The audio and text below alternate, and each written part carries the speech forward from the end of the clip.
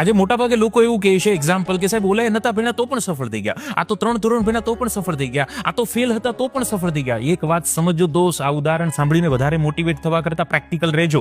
પહેલાના સમયમાં ન ભણવું એ મજબૂરી હતી અને આજના સમયમાં ન ભણવું એ ચોઇસ થઈ ગઈ છે. મજબૂરીમાં લીધેલો નિર્ણય કદાચ સફળતા અપાવી શકે પણ ચોઇસથી નહીં ભણો તો નહીં ચાલે. કારણ સાથે તમને વાત કરું કેમ કે આજે એટલી કોમ્પિટિશન વધી ગઈ છે.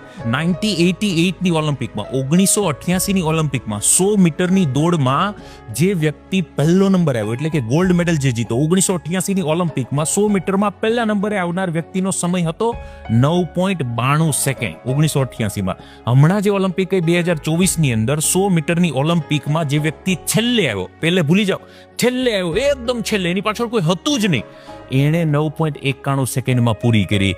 એટલે કે 9.92માં 1988માં ગોલ્ડ આવતો, અત્યારે 9.91માં છેલ્લે આવ્યો છે.